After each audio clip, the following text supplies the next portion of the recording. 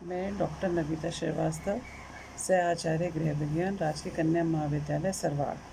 बच्चों, अपन ने कल पढ़ा था कि खेल किसे कहते हैं, खेल का अर्थ और परिभाषा। आज मैं आपको बताऊंगी खेलों के मूल्य। खेल का क्या मूल्य है आज के दैनिक जीवन में। देखा जाए तो खेल बालकों को व्यक्ति के रूप में विकसित होने में सहायक देता है। खेल के आधार पर ही बालक के शारीरिक, मानसिक, सामाजिक, संवेगात्मक, नैतिक आदि गुणों का विकास होता है। शिक्षा के क्षेत्र में भी आजकल अपन देखते हैं कि जो शिक्षण प्रणाली है उसमें प्ले वे मेथड, आजकल प्ले ग्रुप्स के स्कूल चल गए हैं। प्ले ग्रुप के स्कूल इसीलिए चल गए हैं क्योंकि उन्होंने देखा कि खेल के माध्यम से बच्चा ज़्यादा आसानी से सीख लेता है, बजाय अगर हम उसको टेबल कुर्सी पे बिठा के सिखाते हैं। तो प्राइमरी एजुकेशन जो है वो प्ले वे मेथड से ज़्यादा अच्छी रहती है। अब हम देखते हैं उसके मूल्य। शारीरिक विकास के क्षेत्र में भी खेल का बहुत मूल्य है। क्यों? क्योंकि हमारे शारीरिक अंगों का, खेलों के द्वारा हमारे शारीरिक अंगों का विकास होता है, हमारे विभिन्न कौशलों का विकास होता है। और खेल में हम प्रत्यक्ष या अप्रत्यक्ष रूप से ही हम खेल के माध्यम से ये सब चीज़ें अर्जित कर लेते हैं। भिन्न भिन्न आयु स्तरों पर बालक के लिए भिन्न भिन्न खेल उपयुक्त रहते हैं क्योंकि वे उन आयु स्तरों के लिए उसके शारीरिक और क्रियात्मक विकास को सहायता पहुंचाते हैं। बालक जितने भी क्रियात्मक खेल खेलते हैं, क्रियात्मक खेल किसे कहते हैं? जिसमें कि क्रिया होती है। जिस खेल में हम कोई क्रिया करते हैं उससे शरीर के विभिन्न अंगों का विकास होता है और उसकी मांसपेशियों का भी विकास होता है। क्रियात्मक खेल के द्वारा बालक में एकत्रित जो भी ऊर्जा होती है वो सारी ऊर्जा का उसका निष्कासन हो जाता है और बच्चा तनाव मुक्त हो जाता है। जैसे बच्चे को हम देखते हैं दौड़ना, भागना, कूदना, सीढ़ी चढ़ना, ये आदि जो खेल होते हैं वो उपयुक्त समझे जाते हैं। लेकिन जैसे जैसे बच्चे की आयु बढ़ती जाती है और बच्चा उत्तर बाल्यावस्था की ओर जाने लगता है तो अब वह क्या चीज़ पसंद करता है? पढ़ना, टेलीविज़न देखना, मोबाइल पे पढ़ना, लैपटॉप देखना, ये सारी चीज़ें होती हैं। और आउटडोर्स खेल में जैसे फुटबॉल होता है, टेबल टेनिस है, बैडमिंटन है, ये सब खेल बच्चों के लिए उपयुक्त समझे जाते हैं। बालक किस प्रकार के खेल पसंद करेगा ये बहुधा उसके माता पिता और साथ ही जो समूह होते हैं वो उसके ऊपर निर्भर करते हैं। फिर मानसिक विकास के क्षेत्र में भी खेल का बहुत अधिक मूल्य होता है क्योंकि बालक के शारीरिक और मानसिक विकास दोनों साथ साथ चलते रहते हैं। बालक अगर शारीरिक खेल में शारीरिक भी हो सकते हैं और बच्चे के खेल जो होते हैं वो मानसिक भी हो सकते हैं। मानसिक खेलों में क्या होता है? बच्चे का कल्पना शक्ति, चिंतन, तर्क वितर्क, प्रत्यक्षीकरण, स्मृति, बुद्धि, ये सारी चीज़ें आती हैं। तो ये जो जितनी भी मानसिक योग्यताएं होती हैं वो खेल के माध्यम से आ जाती हैं। बच्चा खेल घर के अंदर या घर के बाहर सभी खेलों को ही बहुत उसमें उत्सुकता से खेलता है और इसमें इनकी कुछ ना कुछ योग्यताओं के कुछ ना कुछ मात्रा में ये सहायक अवश्य होते हैं। जैसे बच्चा ताश खेलता है, व्यापार खेलता है, क्विज खेलता है, शतरंज खेलता है। इसमें बच्चों में खेलने में बच्चों में तर्क वितर्क, चिंतन, ये विशेष रूप से इसमें सहायक होते हैं। विभिन्न चित्रों को जोड़ना, पजल सॉल्व करना, ये सारी चीज़ें जो होती हैं बच्चों को, इन खेलों से बच्चों को मनोरंजन तो होता ही होता है, साथ में बच्चे की मानसिक योग्यताओं का विकास भी होता है और इससे इनको काफ़ी सहायता मिलती है। फिर संवेगात्मक विकास के क्षेत्र में आजकल क्षेत्र में तनाव बहुत रहता है, बच्चों में बहुत तनाव रहता है, हमें पता नहीं लगता लेकिन बच्चा तनाव में बहुत जीता है। तो बालकों को इस तनाव से मुक्त करने के लिए बच्चों को खेलने के लिए उसको प्रेरित करना चाहिए, जिससे कि वे अपनी जितनी भी दबी हुई संवेगात्मक अभिव्यक्तियां हैं उनको वो निकाल कर, उनका प्रकाशन करके वो अपने आप को हल्का महसूस करे और उसका उसका साथ ही साथ उसका संवेगात्मक नियंत्रण भी हो जाए, वरना बच्चे में इम्बैलेंस बहुत ज़्यादा हो जाता है। हमने देखा है कि बच्चे में सहनशीलता, त्याग, सच्चाई, सहानुभूति जैसे ऐसे गुण होते हैं जो बालकों में अधिक पाए जाते हैं और जिनमें संवेगात्मक नियंत्रण अधिक मात्रा में पाया जाता है।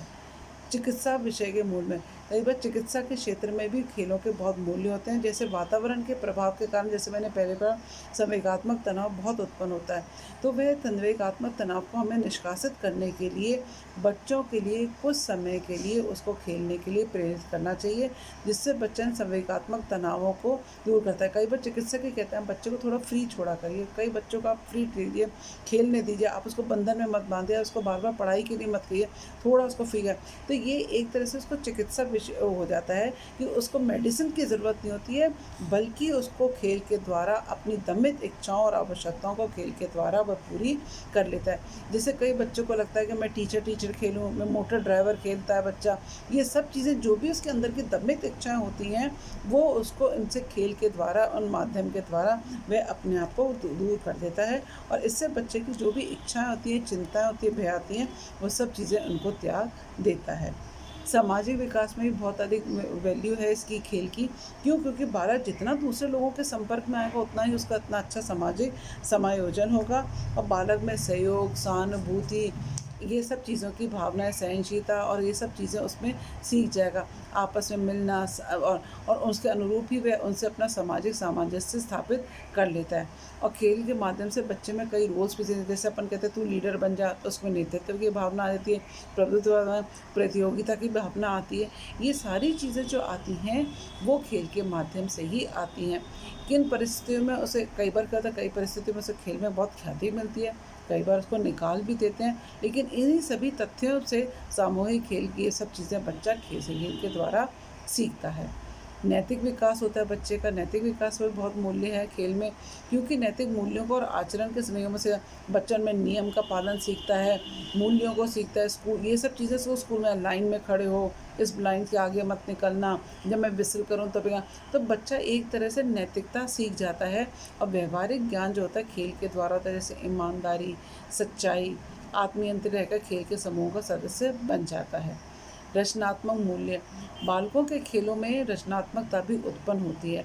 बच्चे अपने खेलों में रचनात्मकता से संबंधित भी रचनात्मक करते हैं। रचना जैसे पेपर के नाव बनाना, पेपर के फूल बनाना, काटना, चिपकाना, कोलाज बनाना, ये सब चीज़ें होती हैं। वो नए नए खेल को नए नए ढंग से खोजकर अपने खिलौनों में भी खेलते हैं, और इस प्रकार वे खिलौने इससे आनंद प्राप्त करते हैं, और वो अपनी जितनी भी अन्य एनर्जी होती है उसको रिलीज़ करते हैं। मिट्टी का घर बनाना, ये सारे, हम कहते हैं मिट्टी में नहीं खेलना चाहिए, लेकिन मिट्टी में बच्चे को खेलने देना चाहिए, क्योंकि मिट्टी के माध्यम से एक तो उसमें चोट नहीं लगती है, और वो जितनी भी चीज़ें अपनी रिलीजिंग हॉस्टिलिटी होती है, जितनी भी अपना गुस्सा होता है, वो मिट्टी के माध्यम से, मिट्टी को थपथपा के, मिट्टी की बॉल बना के, मिट्टी की बॉलों को तोड़ के, वो सब इन चीज़ों से अपने दूर हो जाता है। फिर आत्म अंतर्दृष्टि का महत्व, खेल में बच्चों को अपनी योग्यताओं का ज्ञान हो जाता है कि मैं कहाँ पे खड़ा हूँ। वह अपने दूसरों की तुलना में अपनी योग्यताओं का मूल्यांकन करता है और उसके महत्व को समझता है, और इस ज्ञान के आधार पर भी अपने अपने आप को आत्म प्रत्यय करता है, और उस आत्म प्रत्यय के द्वारा वह आत्मदृष्टि, अंतर्दृष्टि के आधार पर वह अपने जीवन में आने वाली समस्याओं का समाधान करता है, जो कि उसको समायोजन में सहायता देती हैं। और इस तरह से वह अपने इसी आधार पर वह दूसरों से अपने संबंध भी स्थापित कर लेता है, और वह आत्मदृष्टि के आधार पर विभिन्न प्रकार के रूल्स भी सीख लेता है। शिक्षा में तो महत्व ही, मैंने कहा आजकल के जो स्कूल्स चले हैं वो प्लेवे मेथड के चले हैं, जिसके द्वारा बच्चे को खेल खेल के द्वारा रंगों का ज्ञान, गिनती का ज्ञान, मौसम का ज्ञान, ये सारी चीज़ें हम खेल के माध्यम से सिखाते हैं, और बच्चा इनसे जो शिक्षा ग्रहण करता है और विशेषता ग्रहण करता है, वो अपेक्षाकृत सरल होती है, क्योंकि हम बच्चे को खेल खेल के द्वारा सिखा देते हैं, और बच्चा खेल खेल के द्वारा ये सारी चीज़ें सीख लेता है। तो ये थे हमारे खेल के क्या मूल्य होते हैं, ये मैंने आज आपको 9 पॉइंट्स बता दिए खेल के मूल्य।